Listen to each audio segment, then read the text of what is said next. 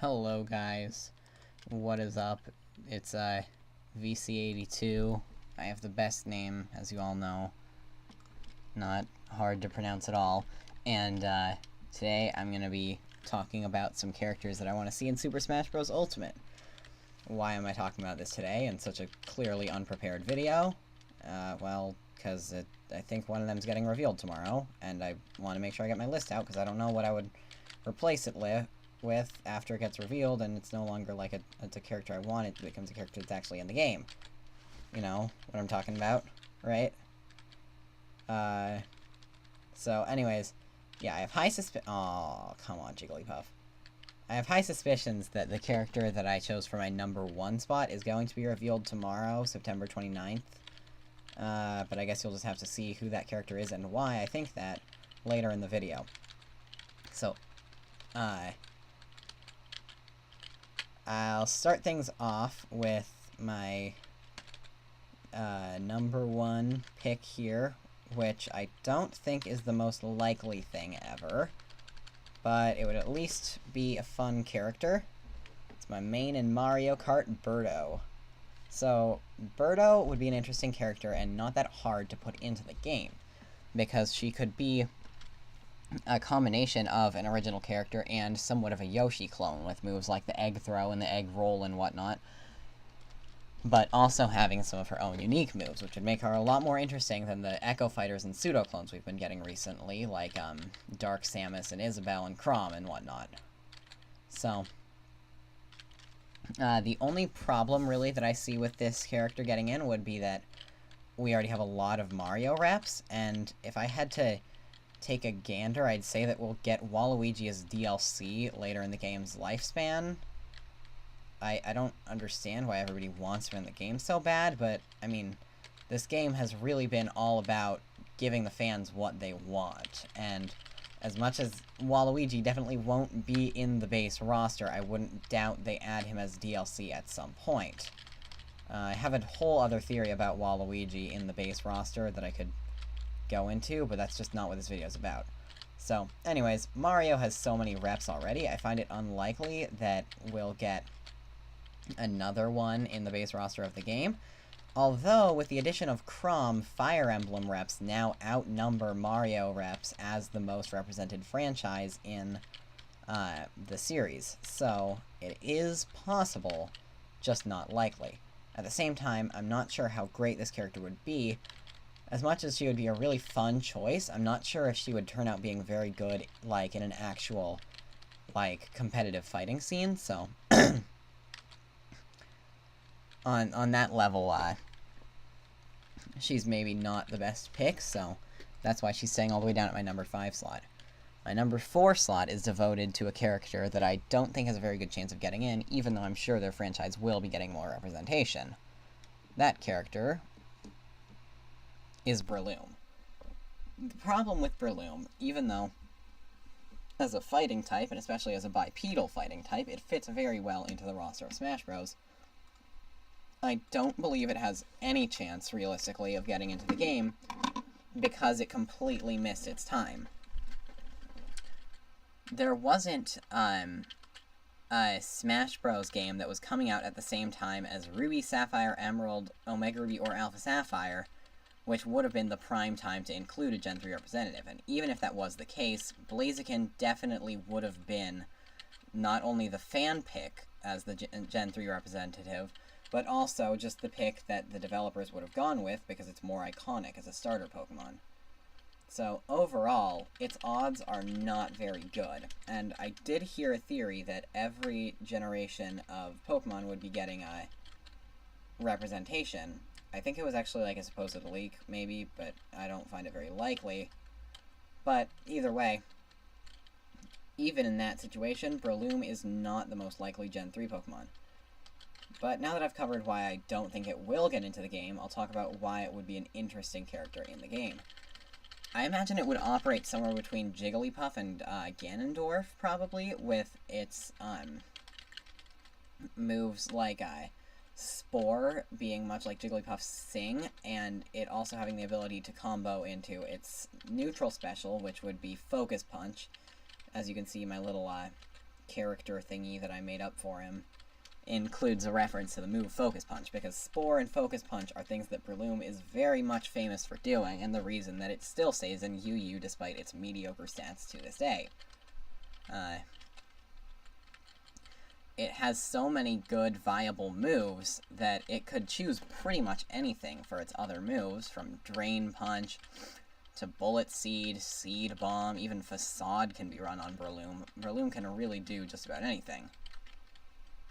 What is... okay. Ignore the fact that I have Minimator on my desktop. So,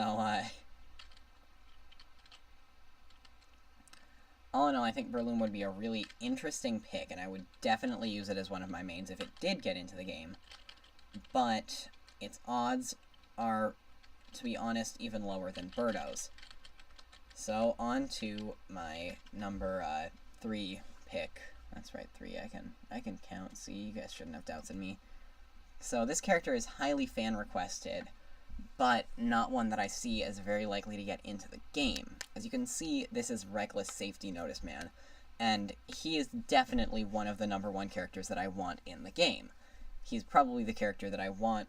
I'd say I want him even more than the character in my number 2 slot, but he stays down here because even though he has a lot of fan backing, he has very low odds, and at the same time, it's more of a novelty thing. I probably would not play this character if it got into the final game, whereas my number 2 slot, that's a completely different story. He would be somebody that I would absolutely use as one of my mains.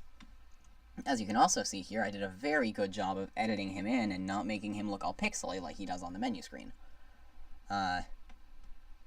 So let's talk a little bit about Reckless Safety Notice Man and what his moves would look like. So,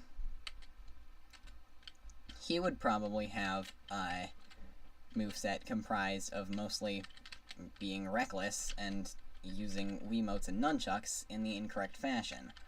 I've seen entire fan movesets made for him before, but I want to kind of propose my own that's mostly improvised. I'd imagine him with a tether grab, using the nunchuck as, like, his, you know, the equivalent of what Samus's grapple shot is, or Link's, grappling hook. And, he could have a variety of moves for each of his special attacks, from, possibly doing some kind of helicopter motion with a nunchuck for his up special. He could jab with his Wii Remote, and if there isn't enough material coming from just the scene that we see him in the beginning of every Wii game alone, you can always pull from the safety manual of the Wii, or the safety manual of a variety of other Nintendo consoles. I mean, just think about all the weird stuff that's in the Wii safety manual.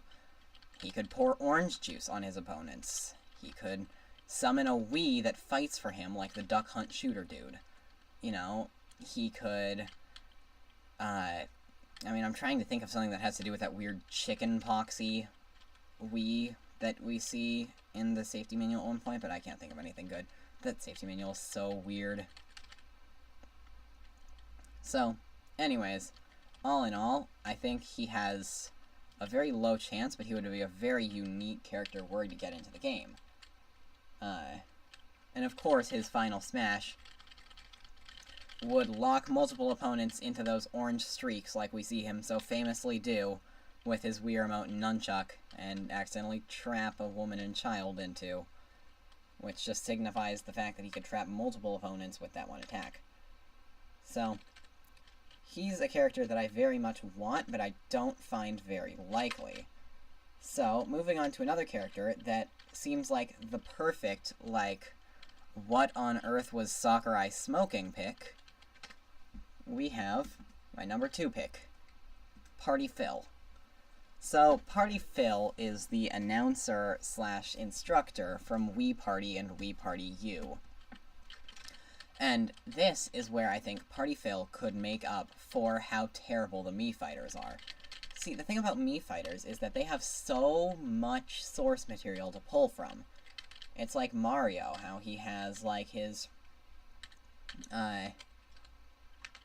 up special that's based on the way that he jumps in, like, the OG 2D Mario games, and he's got his, side special that's based on the cape from Mario World, down special based on the FLUDD from Sunshine, and neutral special is, of course, his fireballs. You know, he's got a lot of source material that they pull from very creatively. The Miis should have been like that, but better. Because the Miis have appeared in so many games throughout the lifespan of the Nintendo Wii, Wii U, and 3DS, and maybe the Switch. I don't know. I don't know if they've been in any Switch games.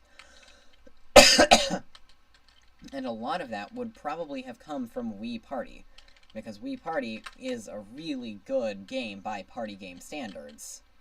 Like, completely honestly, for how much of a cheap cash grab it seems to be, it's very good by party game standards. And that doesn't say a lot by normal game standards, but, you know, it's fun to sit down and play with your friends and family. So Party Phil could take pretty much anything from the dozens of minigames featured in Wii Party. There's everything from the most iconic minigames like Barrel Daredevil, the rope swinging one, the skiing one. There's the one where you go in the maze and you have to, like, move around doing the weird button inputs. You know, all of the ones that everybody hates with all the photos. And, of course, just taking things directly from Board Game Island. Like, I'd imagine his final smash incorporating him forcing his opponents to roll a die, and if they roll a 6, they survive. That would be that. I think Party Phil would be a very unique and interesting character, and also fits that role of just weird, bizarre characters that seem to show up in every game without being too out there, like Reckless Safety Notice Man. It's like the pick of Wii Fit Trainer for Wii U is probably the most iconic one, is Wii Fit Trainer for Wii U and 3DS. You know, because that's really the one that's like, why? Just, why? How did you even come up with this idea? It's that kind of thing, you know? And it would even be a nice homage to the Wii itself as its life cycle is coming to an end, and it doesn't seem like Wii Party will be getting another sequel for the Nintendo Switch, unless it already has. I don't know, I don't have a Switch. But, I mean, it's literally Wii Party. It made sense for the Wii and for the Wii U, but it's probably not coming back again, so it would be a nice way to pay homage to not only the Wii Party games themselves, but also the whole lineup of systems that's now pretty much outdated with the arrival of all of the big IPs for the Switch, like Smash Bros., Pokemon, Mario, Legend of Zelda, and Metroid soon, all will be on the Switch. You know, like, it'll have completely enveloped the Wii and Wii U. The Wii is over, and this Smash Bros. Ultimate is going to be one of the things that really shows that. So Party Phil would be a good pick to kind of pay homage to the life cycle of one of the most successful consoles in gaming history. And finally, we have my number 1 pick, the one that I said, hopefully, at the beginning of this video, I thought was going to be revealed tomorrow on September 29th.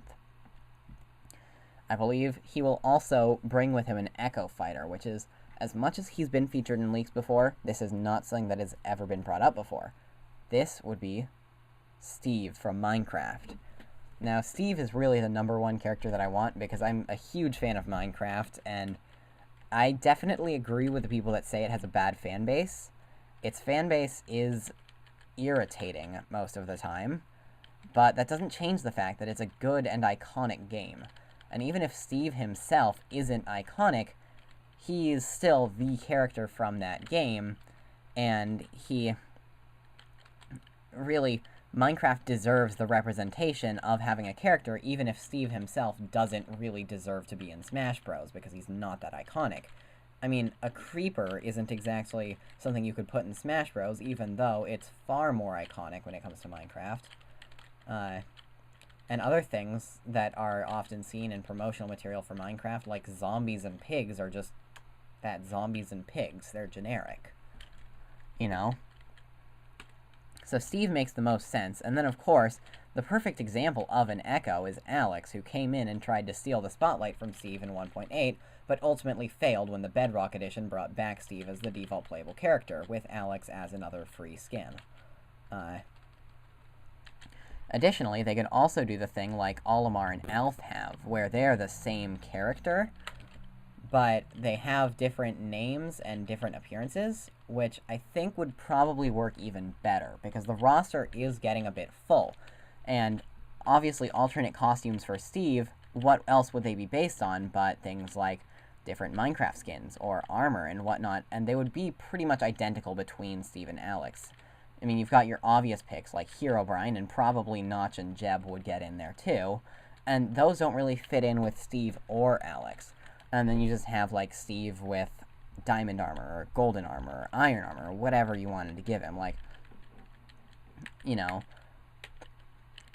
definitely the one skin that I'd love to see get in for him would be Herobrine. If Herobrine was one of his skins, I would always play Herobrine, like, without question.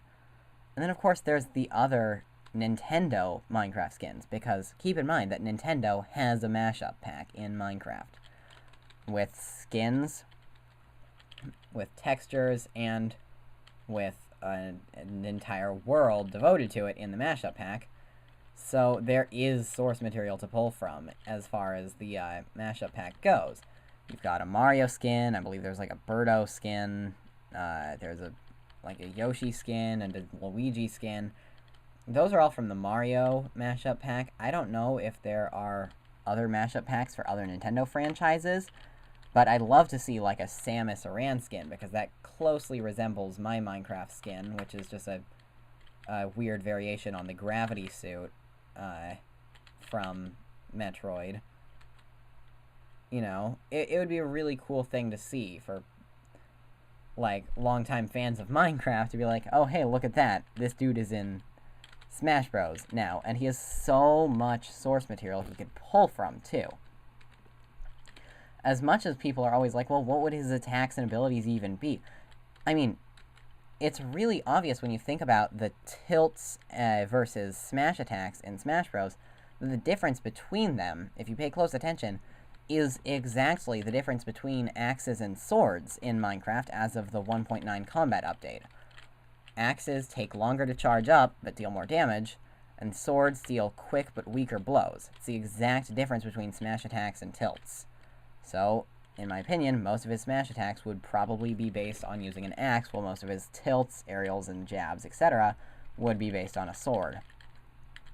He could also use a shovel to do the bouncy down air thing, like Greninja, Link, Toon Link, and Young Link do. Wow, there are a lot of Links. He could have a pickaxe do a motion similar to Ivysaur's down smash as his down smash, where it has a chance to trip the opponent like Ivysaur's. Although I don't actually know if that's still in Ultimate. They might have cut that. But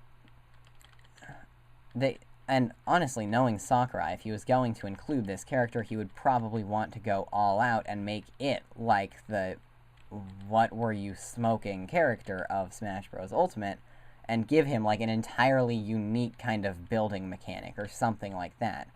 I would not put it past Sakurai, especially with the skilled team of programmers that he has at his disposal, to try something like that with Steve. So, those are my top 5 characters I want to see in Super Smash Bros. Ultimate.